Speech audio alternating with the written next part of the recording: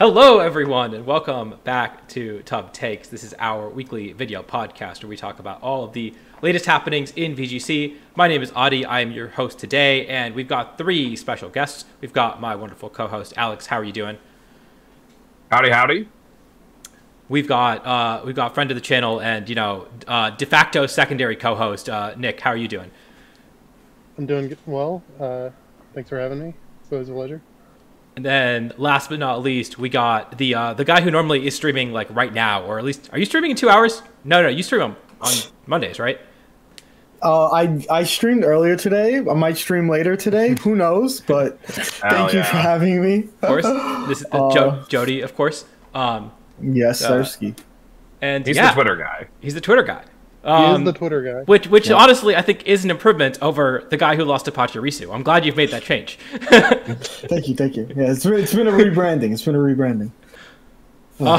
So I think Gino told me to tell you, by the way, Jeudy, because your Twitter does still say Jeudy going to Orlando. Okay, but he probably is at some point in the future. It might be. All right. What's a good emote to put next to Indy? Cowboys? Indy. I mean, yeah, it's the Colts logo, right? Okay, I'll put the horseshoe then. And like the Indianapolis Derby something. No, you're thinking of the Kentucky Derby. Indianapolis is the race car, yeah. Indy 500. Okay, there's probably an Indianapolis Derby, but it's probably not that big. Wait, Jeudy, I don't think that's a horseshoe. I think that's a magnet. I typed in horseshoe and it gave me a magnet, so you can complain with Windows. Take it up with Elon. All right, well, now I gotta see it. Funny. That is not a horseshoe. Well, no, if you hover over it, also does just tell you it's a magnet. Like, that can mean anything, honestly. It's horseshoe shaped for sure. I'll give you credit where credit's due. Yes, sir. We win. Yeah. This is a hot episode of Tub Takes already. I think that people really want to hear us just riff. I think that's why. I think people don't want to hear us talk about Pokemon. But in case it's either riff or talk about Reg F and like. But I really wanted to talk about Reg F. Damn. Yeah. If you are sick of us riffing and maybe you leave the stream for some reason, you can always watch the rest of Tub Takes on my YouTube channel tomorrow. It's Tub Takes Thursday tomorrow on my YouTube. So exclamation YT in chat to get a link to that. And yeah, let's jump right into it. So we got, again, I did have the stream title, so then we're going to talk Reg G, and we definitely will. There were a lot of really cool Limitless tours that we're going to talk about. But first, we do have the some housekeeping and then a little bit of Reg F to talk about the last couple tournaments. And so first and foremost, the NAIC Information Hub is live. So they have a lot of information. I believe they just sent out an email. Do y'all get the email that they sent out? I did, yeah. It was just like, someone take a screenshot of it so I can pull it up. But yeah, they have a bunch of information. Basically, what you have to do to register for NAIC is you have to go to the this website that is linked here. I can drop this link in chat too. So basically, you have to go to this account to create a account on this page. I hope that they fix some of the issues. Some people were unable to log in with their Google account because it didn't have a last name. When signups actually start, which is here, you will have to sign up through this and then RK9. They sent us an email with more details. I just don't want to pull out an email on stream. So that first wave is 24 hours from now. You're watching it on YouTube. This should be uploaded before it goes live. So it is today. Yep. And yeah, you don't want to miss this one. Make sure that your accounts are all set up. I don't think you have to do anything new on RK9 beforehand. And just like afterwards, make sure you do go sign up on RK9. There'll probably be some kind of like link given to you through this rain checker site. What is this thing called again? Rain Force or some shit. Pain Force. I'm gonna be real. The reason I joined Tub Takes today is so I can learn how to do this. So I'm already locked in.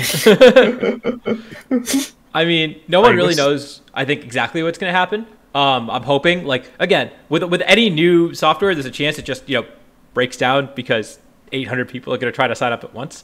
So we'll see what happens, No, I'm sure they've stress tested it with thousands of people already. Yep. every my single dad works at GPCI. every single Nintendo employee actually tested it personally. But yeah, so we'll see how it goes. But there's 2 waves, so if you don't get in the first one, you have a chance the second one. They are, thankfully for the North American Championships, they're appropriately timed for North Americans. I'm sorry, Alex, if you missed the first wave, you'll have to wake up early. I guess I'm not American, huh? Right? Like, what? This is not an appropriate time for me. 7 a.m. I'm sorry, 7 a.m. is a reasonable time for most people. It's like a little early, right? But like that's when a lot of people wake up in the morning. So I feel like Right. if you got kids, that's when they're waking up to go to school. So I think that's a reasonable time. If anything, 10 a.m. Some people are probably at work on the East Coast and may not be able to do it. I know Raghav was saying that he might be working on Thursday. So we'll see how that works out. That's part of the reason I don't like the waves, is that it does force you to be available at very specific times. And yeah, I'm hoping that everyone who wants to register can register, but just be aware that. So these are like 14 hours apart or something like that, the 2 waves?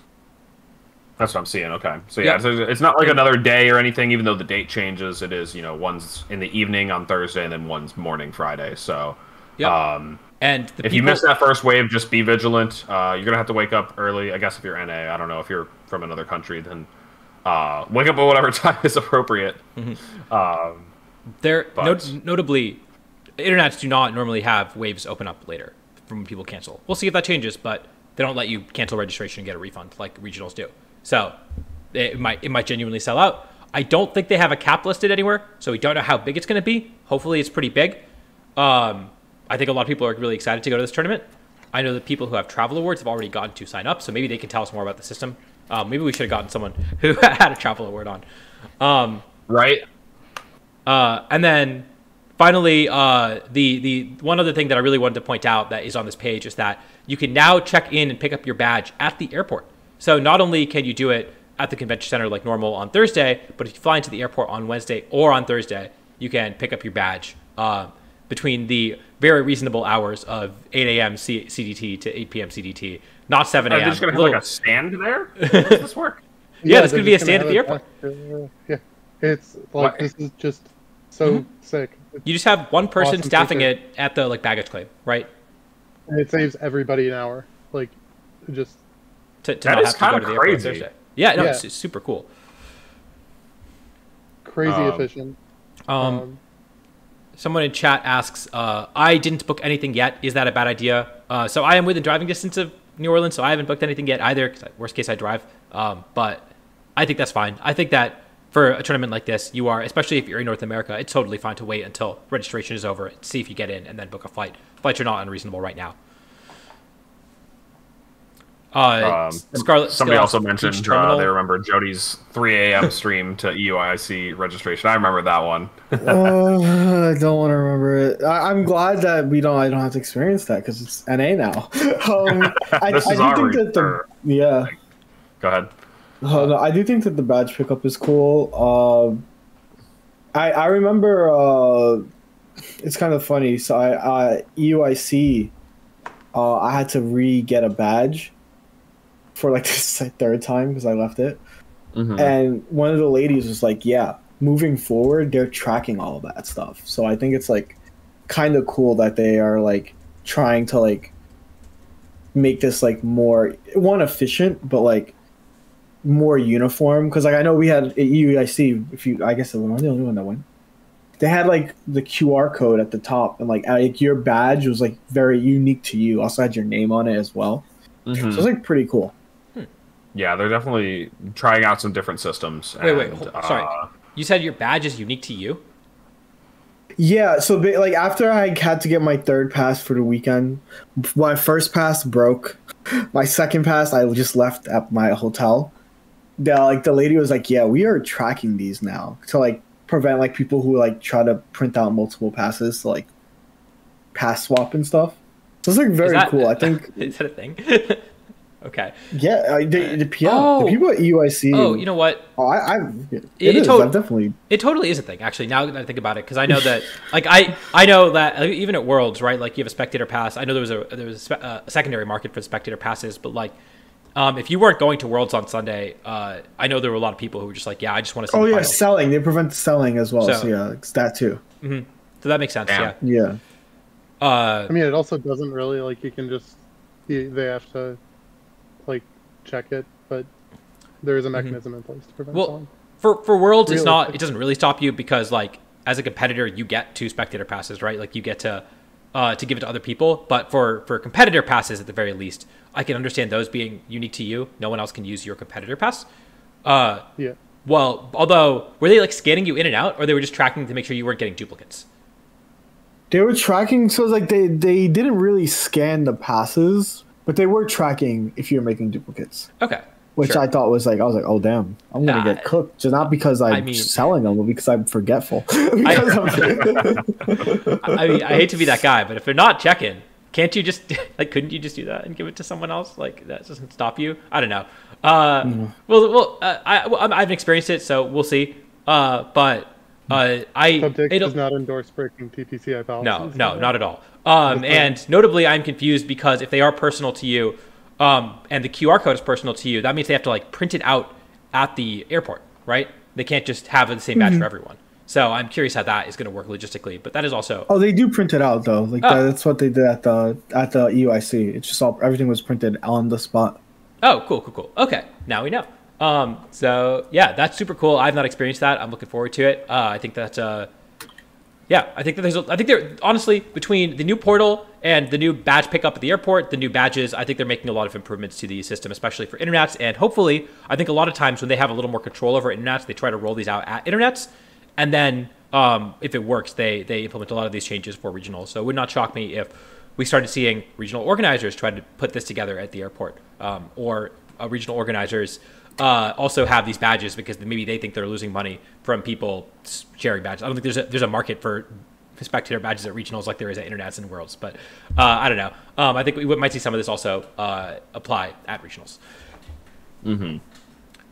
But yeah, with that, let's talk about the next topic that we have, which is the Sao Paulo regionals. So we do have 2 Reg F tournaments to get through, and I think we can. I think we can zoom through these. I don't want to talk about these too much, just because the format is over, and I don't think anyone is. It's not. Sorry. I got corrected on this. Yes. There are Asian nationals that are using Regulation F, and I still think that we probably will get Regulation F again, knowing the way this works. But yes, for most of us, this rule set is over, and so yeah. But this team that won was super cool. So Sao Paulo, we see. Actually had a lot of people attend from all over South America, all over I guess the Western world, with Riley coming too. But the winner was a Brazilian Christian Andrade, who I am not familiar with, but they had a very, very cool team with the Okie Dokie. Yeah. The ogre. Wait. I love very there's cool the ogre. teams with Ensign Relayer.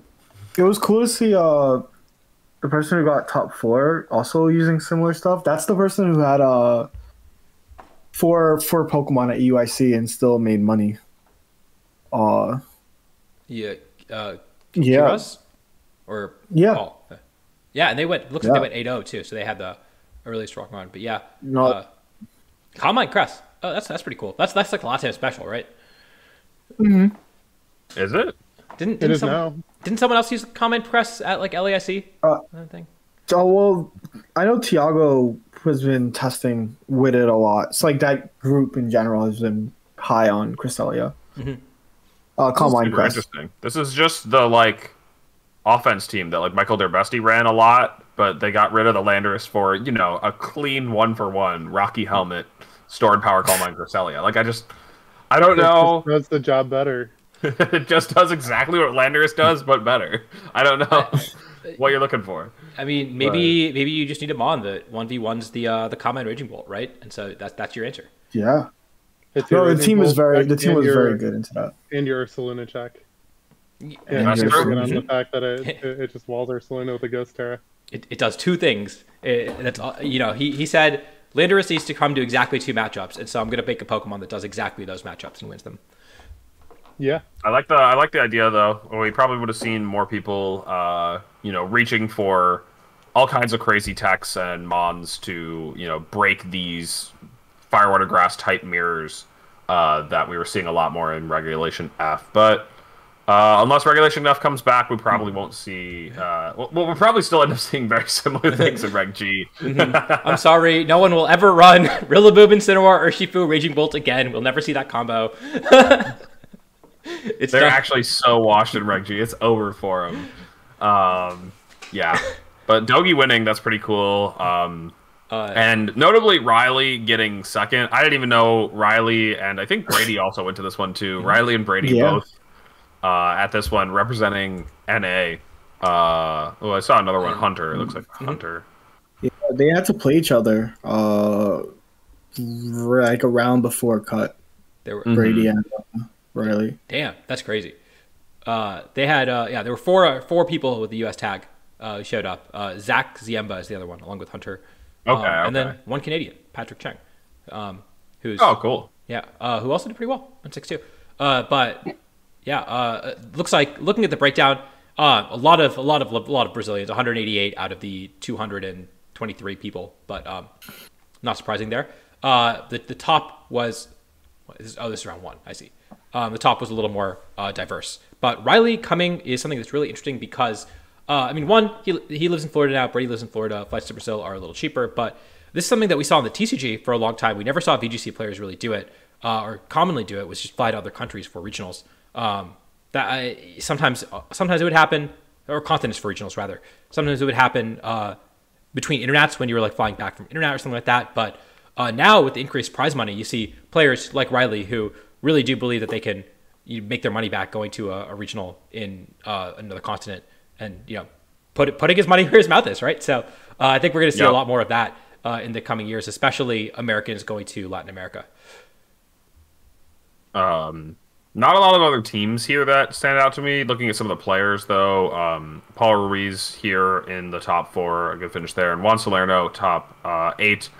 Something about Juan Salerno's team really bugs me, and I'm not sure exactly what it is. I'll let you figure it out, Adi. Do you think that Juan and you intentionally use the same teams, or is it unintentional? No, I'm not talking about that. I'm talking about the Fissure Bug Dozo, bro.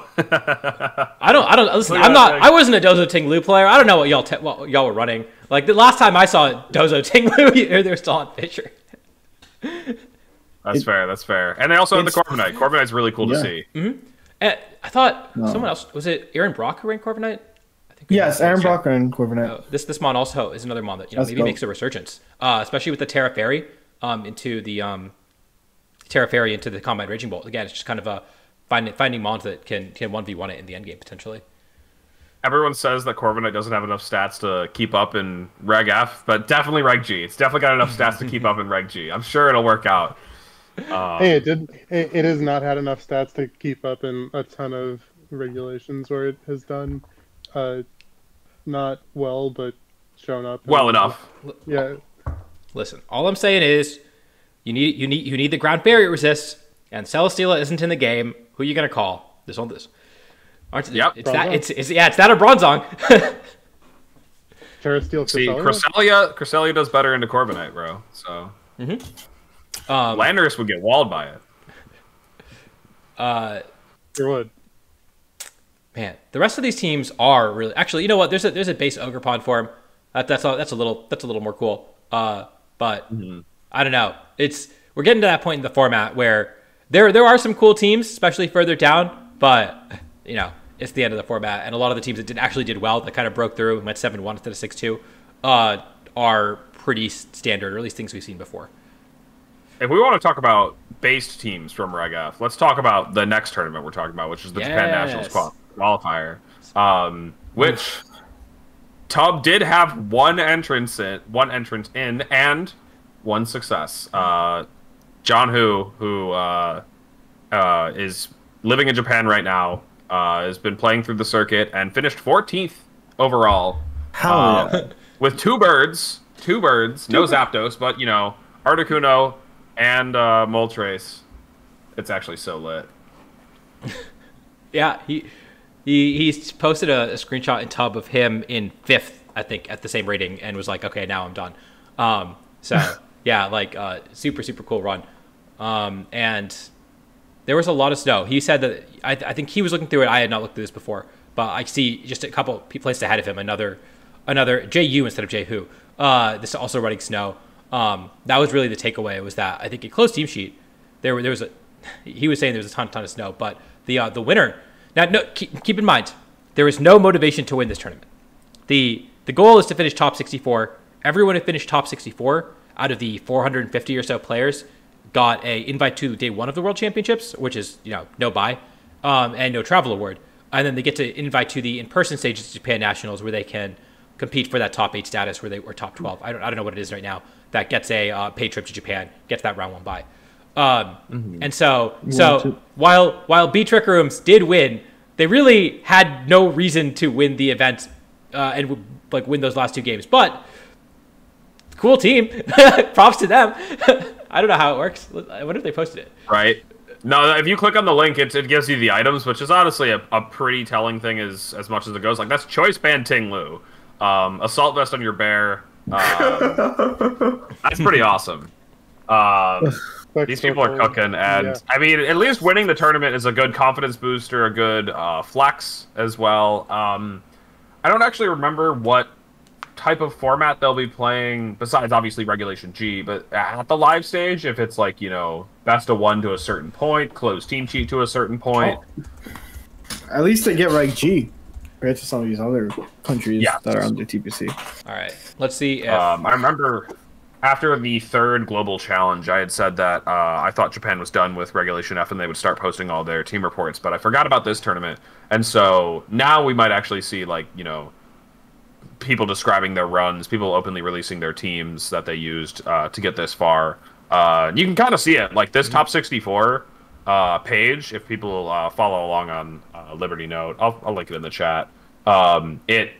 It's very populated. Like a lot of the global challenge runs were there was a lot of blank spaces because people don't want to share their team in case they want to reuse elements of it in a later tournament.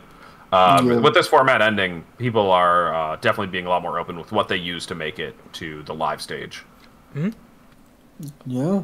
I honestly, I thank the Lord every day that I don't have to play Japan's qualification system. Yes, it's so stressful, and honestly, I'm so proud of John making it through. It's going to be hard for us to get John on his hub takes because he works during the week, and it's a very hard time zone to work with, but we'll get John on to talk about it at some point, just because it's so exciting.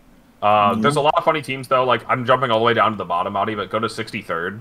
The 63rd place team, it's heat. All right, let's see it. They just barely made it. They 1589. They're literally 1 point over the cutoff, but oh my god. Yen Megna.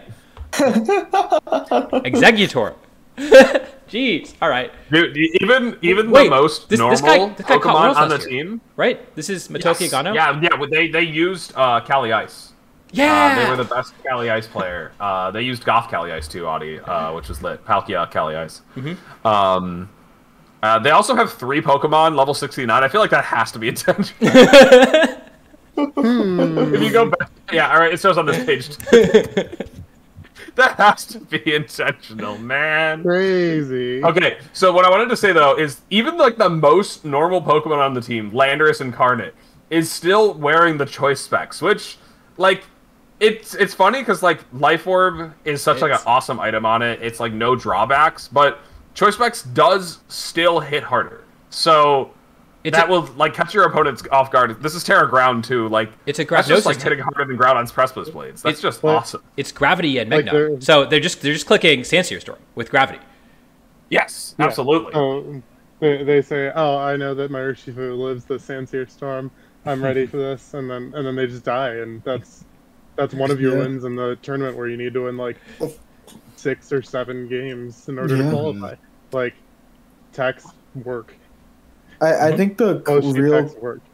What's up, Jeudy? That is true. I think the real crazy thing is 64th got in on probably what is the most insane tiebreaker because they finished 1588. Yep, right. Whereas that's the first 1588. Yeah, so they won the real gotcha.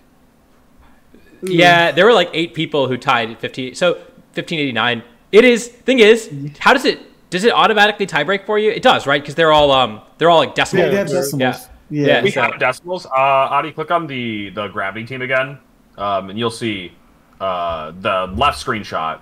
We're told our decimals now. So they know what place they're in. They probably didn't stop if they were in 64th. Maybe they did. Maybe they stopped theirs. That's the thing. If you're in 64th and you have like 2 minutes left, do you stop? Or do you see if a game plays out? Like, that's terrifying, right? 64th of the game left. I don't want to think about that, Adi. Please don't make me. I saw that screenshot on Twitter today that was like, picture this: you're like 6-2 at Indy, and it's a 1 health Shadow Rider versus a 1 health Shadow Rider, and I'm like, yeah, that's gonna happen. I don't want to think about being 64th. 2 minutes left in this tournament, man. That game left. Like, that is maybe the most nerve-wracking situation you could possibly be in. That's scarier than going up on stage at Worlds. Like, right now, I think I'd play it. Yeah. I think I'd play it. John was talking about his experiences live during the tournament in TUD, and I was on him. He was with like an hour and a half left. He was ranked 23 at 1586, and he thought he was good, and I was telling him to watch it, and then he was like 38th or something with an hour left, and I was like, dude, you kind of gotta play it. That's falling a bit too fast. And he would have been 2 points on